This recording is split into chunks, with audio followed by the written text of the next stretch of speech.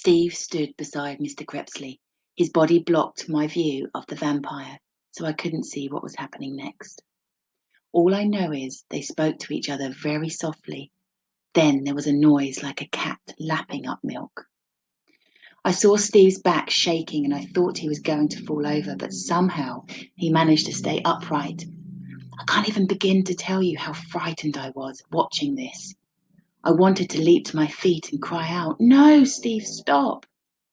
But I was too scared to move, terrified that if Mr. Crepsley knew I was here, there'd be nothing to stop him from killing and eating both me and Steve. All of a sudden, the vampire began coughing. He pushed Steve away from him and stumbled to his feet. To my horror, I saw his mouth was red, covered in blood, which he quickly spat out. "What's wrong?" Steve asked, rubbing his arm where he'd fallen. "You have bad blood," Mr. Crepsley screamed. "What do you mean?" Steve asked. His voice was trembling. "You are evil," Mr. Crepsley shouted. "I can taste the menace in your blood. You are savage." "That's a lie," Steve yelled. "You take that back." Steve ran at Mr. Crepsley and tried to punch him, but the vampire knocked him to the floor with one hand. "It is no good," he growled. "Your blood is bad. You can never be a vampire." "Why not?" Steve asked, and he started to cry. "Because vampires are not the evil monsters of lore," Mr. Crepsley said. We respect life. You have a killer's instincts, but we are not killers." "I will not make you a vampire," Mr. Crepsley insisted. "You must forget about it. Go home and get on with your life." "No," Steve screamed. "I won't forget." He stumbled to his feet and pointed a shaking finger at the tall, ugly vampire. "I'll get you for this," he promised. "I don't care how long it takes. One day, Verhorsten, I'll track you down and I'll kill you for rejecting me." Steve jumped from the stage and ran towards the exit.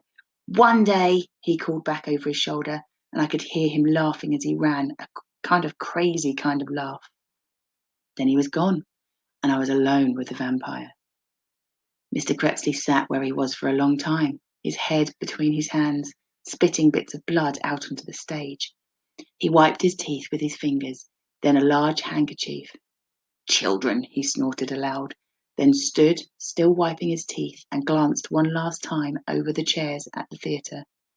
I ducked down, low, for fear he might spot me, then turned and walked back to the wings. I could see drops of blood dripping from his lips as he went. I stayed where I was for a long time. It was tough. I'd never been so scared as I was up there on that balcony.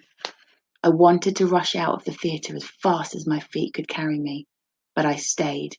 I made myself wait until I was sure none of the freaks or helpers were about, then slowly crept back up the balcony, down the stairs, into the corridor, and finally out into the night.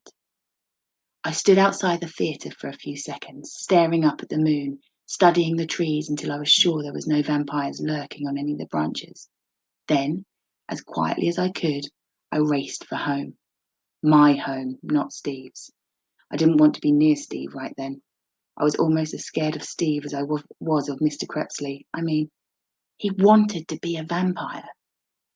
What sort of lunatic actually wants to be a vampire?